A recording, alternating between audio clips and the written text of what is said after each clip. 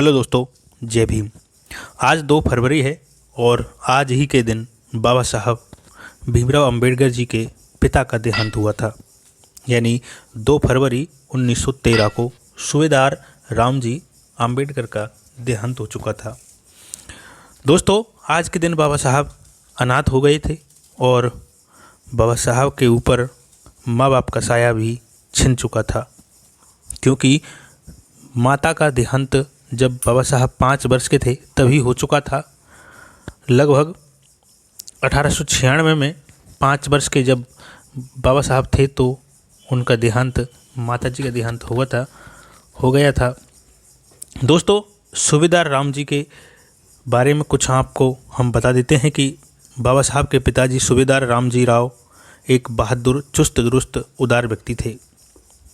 राम जी अंग्रेजी सेना में रिक्रूट सिपाही के पद पर भर्ती हुए और बाद में अपनी मेहनत और लगन के बल पर उन्नति करते हुए सूबेदार मेजर के पद पर पहुँचे।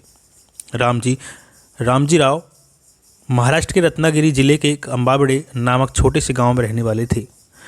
दोस्तों, यहाँ पर आपको एक बात बता देना चाहता हूँ कि जो लोग कहते हैं कि बाबा साहब अम्बेडकर के जो शिक्षक थे, जिन्होंने उनको पढ़ाया था, उनका नाम अम्बेडकर था, जो एक शिक्षक था, जबकि ऐसा नहीं है। अम्बाबेडकर उनके गांव का नाम था, जो कि उनके दादा के नाम के पीछे भी लगाया गया था और उनके पिता के नाम के पीछे भी लगाया गया था। दोस्तों, 1891 में राम जी मध्य प्रदेश के इंदौर की जो सैनिक छावनी थी, महू में तैनात थे। महू में ही उनकी तैनाती थी और वहीं पर बाबा साहब का जन्म हुआ था। 14 अप्रैल 1891 को माता भीमाबाई की कोख से जन्म हुआ। 25 वर्ष की सेवा के बाद 1894 में सूबेदार राम जी सेवा से रिटायर होकर सपरिवार बम्बई में आकर रहने लगे। बाबा साहब लगभग जब 5 वर्ष के थे तभी बीमारी के कारण माता भीमाबाई का देहांत हो गया। अल्पायु में ही बाबा साहब को माता के प्यार दुलार से वंचित होना पड़ा। बालक भीम अपनी माता की मृत्यु पर कई दिन रोते रहे और बहुत दुखी हुए। दोस्तों, जैसे जैसे समय बीतता गया, बाबा साहब का दाखिला स्कूल में कराया गया केवल उनके पिता के द्वारा।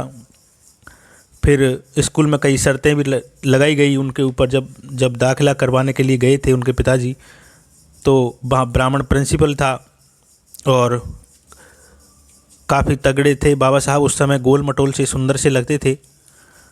उन्होंने, जो प्रिंसिपल था, उन्होंने प्रवेश पत्र भरने शुरू किया। जब बाबा साहब की जाति का पता चला तो प्रिंसिपल ने गुस्से से प्रवेश पत्र के टुकड़े टुकड़े कर दिए और चपरासी को बुलाकर आदेश दिया कि इस नीच कमीने को धक्के निकाल कर बाहर निकालो यहाँ से। इसकी हिम्मत कैसे हुई यहाँ पर आने की। दोस्तों, बाबा साहब ने इतनी जिल्लत से ही, इतनी बेइज्जती सहकर इतने आसमान तक मुकाम पाया। बाबा साहब के पिताजी बहुत दुखी हुए और क्या जवाब देते। जाति का दंश उन्हें खा रहा था। हर दिन उन्हें इस तरह से चो रहा था जैसे कि कोई जान ले रहा हो। लेकिन रामजी राव बालक भीम को पढ़ाने के लिए दृढ़ संकल्प किए हुए थे। दोस्तों, वे बाबा साहब को एक अंग्रेज के स्कूल में दाखिला दिलाने के लिए लेकर गए थे। यहाँ उनको दाखिला तो मिल गया, परंतु उन पर 5 शर्तें लगाई गई थी। बिछाने के लिए बाबा साहब अपने घर से टाट लेकर आएंगे, जबकि बाकी जो बच्चे थे वो टाट स्कूल में ही मिल जाता था उनको बैठने के लिए। बाबा साहब दूसरे बालकों से 10 फीट की दूरी पर बैठेगा। ये दूसरी शर्त थी जब स्कूल में उनका दाखिला करवाया गया था। ब्लैक बोर्ड से दूर रहेगा, यानी ब्लैक बोर्ड के निकट नहीं जाएगा। और बाबा साहब पर चौथा अंकुश ये लगाया गया था कि मटकों में से खुद अपने हाथ से पानी निकाल कर नहीं पी सकता। कोई सवर्ण बालक ही मटके से पानी पिलाएगा या फिर कोई टीचर।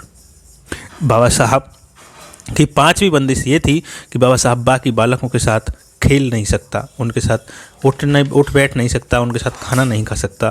दोस्तों, ये 5 बंदिशें जब स्कूल में बाबा साहब का एडमिशन हुआ तो ये सारी 5 बंदिशें उन पर लगाई गई थी। लेकिन बाबा साहब के पिताजी ने, जो रामजी राव थे, उनके पिताजी ने ये ठान लिया था कि मैं अपने बेटे को पढ़ाऊँगा और अच्छी शिक्षा दिलवाऊँगा। तो उन्होंने एडमिशन दिलवाया और ये सारी घटनाएं उनके साथ हुई थी।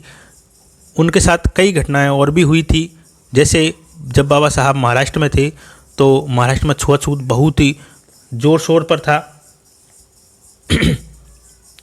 और बाबा साहब को हर दिन छुआछूत का सामना करना पड़ता था। दोस्तों, धीरे धीरे समय बीतता गया और बाबा साहब के पिताजी बुज़ुर्ग हो गए थे और बीमार रहते थे। घर की आर्थिक स्थिति बहुत ख़राब हो गई थी, क्योंकि पेंशन कुछ पैसे ही मिलते होंगे, लेकिन सूबेदार रामजी भीमराव से अभी और भी आगे पढ़ाई जारी रखवाने पर तुले थे कि बाबा साहब से कहते कि तुम्हें अभी और पढ़ना है। वह भीमराव की पढ़ाई के लिए किसी भी तरह धन जुटाने पर दृढ़ निश्चय किए हुए थे, पर भीमराव अपने बूढ़े और बीमार पिता पर और अधिक भार नहीं डालना चाहते थे। 1913 में बाबा साहब की इच्छा के विरुद्ध बड़ौदा स्टेट फोर्स में लेफ्टिनेंट भर्ती हो गए। बाबा साहब 1913 में ही वहाँ पर लेफ्टिनेंट के पद पर भर्ती हो गए थे, ताकि घर का खर्चा चलता रहे और उनके पिता पर ज़्यादा भार ना पड़े। अभी बाबा साहब को भर्ती हुए लगभग 15 दिन ही बीते थे कि उन्हें मुंबई से सूबेदार राम जी के सख्त बीमार होने का संदेश मिला। उन्हें पत्र मिला था, अतः उन्हें नौकरी छोड़कर बड़ौदा से तुरंत मुंबई आना पड़ा। बाबा साहब जब घर पर पहुंचे तो सूबेदार जी की हालत बहुत चिंताजनक हो गई थी। बीमार काबू से बाहर हो चुकी थी। बाबा साहब के जो पिताजी थे, वो बीमारी इतनी ज़्यादा बढ़ गई थी कि वो अब डॉक्टर के बस में नहीं था। बाबा साहब नम आँखों से अपने उस पिता की ओर देखते रहे, जिसने उन्होंने पढ़ाने के लिए सारा कर्जा लेकर सारा जीवन और न जाने क्या क्या दुख सहन किए। दोस्तों, 2 फरवरी 1913 को सूबेदार रामजी राव अपने विशेष प्रयत्नों द्वारा बाबा साहब के नामक उदयमान सूरज भारत को सौंपकर सदा के लिए सो गए, जो आगे चलकर लताड़े हुए बेसहारा लोगों का सहारा, करोड़ों गुलामों का मसीहा और मुक्तिदाता सिद्ध हुआ। दोस्तों, नमन है उनके पिता को, जिन्होंने ऐसी संतान पैदा की जिससे पूरा विश्व गर्व करता है। पूरे दलित, शोषित, पीड़ित, मजदूर, किसान, महिलाएं, बच्चे, बूढ़े, सब के सब उन पर गर्व करते हैं। जिन्होंने उनको जाना वो भवसागर को पार हो गए। धन्य है, सत सत नमन बाबा साहब के पिता रामजी राव के इस आज के दिन उनका देहांत हुआ था। दोस्तों, मिलते हैं अगली वीडियो में और आपको बताया जाएगा किसी दिन कि बाबा साहब के साथ और क्या क्या घटनाएं हुई थी ज़िंदगी में। देखते रहें, वीडियो शेयर करें, पसंद आई है तो लाइक ज़रूर करें। धन्यवाद।